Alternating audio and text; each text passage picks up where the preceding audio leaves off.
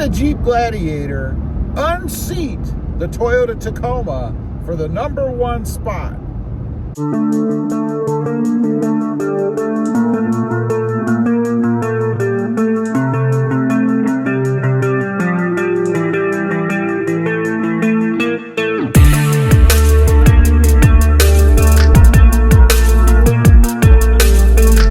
Well, good afternoon, everybody, and welcome back to Robotive JT. So the big question, can the Jeep Gladiator unseat the #1 Toyota Tacoma? You know, there's a few reasons why I think it can, and there's one big reason why I think it may not. First of all, let's talk about why I think it can. Number one, it's an awesome truck. But what do I mean by awesome? That's just not enough. Well, it's comfortable. It's comfortable to drive, it's fun to drive, and it's very capable. I mean, after all, it is a Jeep. Probably more capable than even the beloved Toyota Tacoma. You know, Jeep has ruled the off-road community for years. And that's not to say that the Toyota Tacoma isn't a capable truck. It certainly is. But the Jeep Gladiator is just a little bit more, I think. You know, and I think the perception of it is the same. I think because it's a Jeep, I think people equate that to off-road ruggedness. And now that we have a mid-sized truck that's a Jeep, it bodes even better for the Jeep Gladiator to overtake the Tacoma from that #1 spot because of its off-road prowess. Number two, I mentioned comfort. It is more comfortable. You know, I've had the Jeep Gladiator for, I think, a couple of years or so now, along with the Toyota Tacoma. And I have to say, in driving the Jeep Gladiator, it just has a better ride, a smoother ride. It handles the bumps better. It's more comfortable to sit in. There's more room. It feels more open air, more roomy on the inside than the Toyota Tacoma does. Again, it's not that the Tacoma is horrible, it's just the Jeep Gladiator is just a little bit better. And that's all it takes, is just a little bit in many categories. The visibility inside the Jeep Gladiator, I think, is better as well. And that is a plus and a minus. It's a plus because it's more comfortable, once again. It's a minus because it is better, but that's because it's a square block, which means it's going to buffet more in the wind. And if you live in an area that's more prone to storms and wind and all that stuff, it is going to take away a little bit from the comfort or the good feeling you get of driving the Gladiator, because it's going to catch the wind more. It's going to blow around a little bit more. And that can be kind of unnerving depending on how strong the wind is. Let's talk about modability. You know, the Jeep Gladiator is just as moddable as the Toyota Tacoma is. And there is a huge modding community out there for both. I'm part of both. And I have to say, there are just as many options for the Jeep Gladiator as there are for the Toyota Tacoma. So you can personalize it and make it your own. Now, I realize that's not important to everybody. Not everybody goes out, buys a new truck, and immediately starts changing it like I do. And I know like a lot of you do.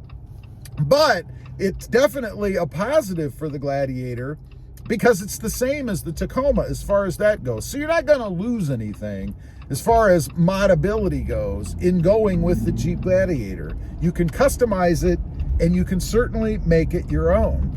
Now, there is something that Toyota is doing with the Toyota Tacoma that I think might hurt a little bit. It might actually point some people towards the Jeep Gladiator, and that, of course, is the redesign that's coming. You know, we don't know what the next Toyota Tacoma is going to be. I mean, look at what Toyota did with the Tundra. It hasn't been all that popular. I know there's a demand for it out there, and of course you're going to have your faithful that are going to buy a Toyota product no matter what, and there's good reason for that, and we'll get to that in just a minute. But I think that has hurt Toyota a little bit as far as the Tundra goes. I've had many people on my other channel, Robotive FST, tell me that they're going with a different brand, even a Ford, because they don't like the new Tundra. They don't like the fact that they changed the design it doesn't look as good, and that they've changed the power plant, the engine. They went with a V6 twin turbo. What?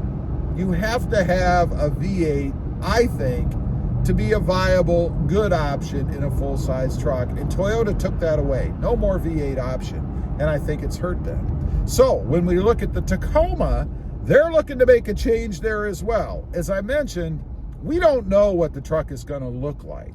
Hopefully, they won't tweak it so much and uglify it. That's right, my own word, uglify it.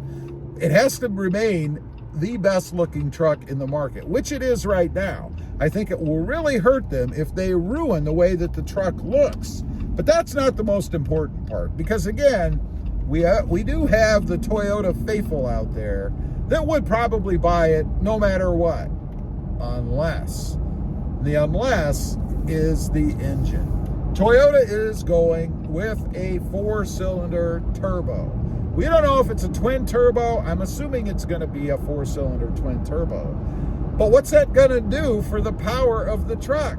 I mean, are we going to have good off-the-line speed and then that power is going to be gone once the turbo spool is reached? I don't know. It's going to be very interesting to see. I think if Jeep maintains the V6 along with the perfect 8-speed transmission that we currently have, they're definitely going to have a step up on the new Toyota Tacoma. And Jeep doesn't even have to do anything with the Gladiator. Just keep it like it is as far as the power plant goes. I mean, from a mileage standpoint, you know, the Jeep Gladiator is definitely not a hyper miler. You know, as I'm driving around right now and I take a look at the fuel gauge, I'm getting 15.4 miles per gallon. Now, it's off a little bit because I do have bigger, taller tires, which the system doesn't know. But still, it's probably somewhere in the 16.5 mile per gallon range, something like that, for basically city driving. There isn't really a lot, if any, freeway driving in there. So we're probably, if you combine the two, getting somewhere in the 18, 19 mile per gallon range. Again, not a hyper miler, but as a pickup truck, not too bad. So the big question, can Jeep unseat the Toyota Tacoma for the #1 spot? It's going to be tough, and it's going to be tough because Jeep has a bad reputation. The reputation is reliability, which Toyota is king of. You know, you ask anybody about the Toyota Tacoma, or the Tundra for that matter, and the first thing, or one of the first things that they're going to mention is reliability. And they're right. Toyota has captured the market on that. Jeep has a long way to go to turn around the perception that their product is not reliable. Now, I will say I've had 2 Jeep Gladiators. This is my second. Same model, same year. The first one I had some problems, was not the most reliable, had some check engine lights, some auto stop problems, a black screen on the radio, just little gremlin-y things. Those are the kind of things that Jeep has to overcome. I've never had any issues like that with my Toyota Tacoma or my Toyota Tundras.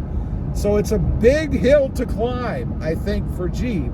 But Toyota's going to give them a little bit of help with this redesigned Tacoma, I think.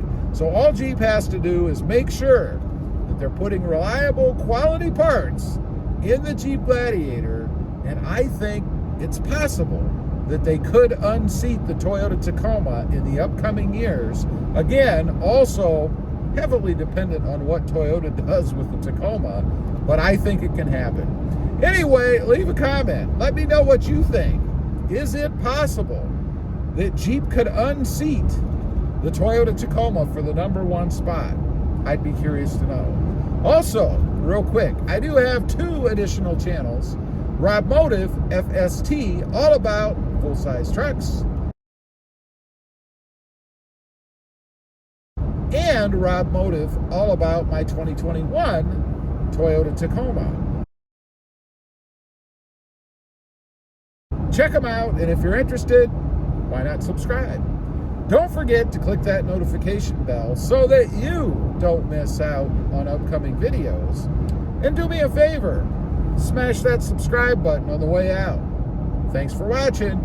Stay safe out there. Bye.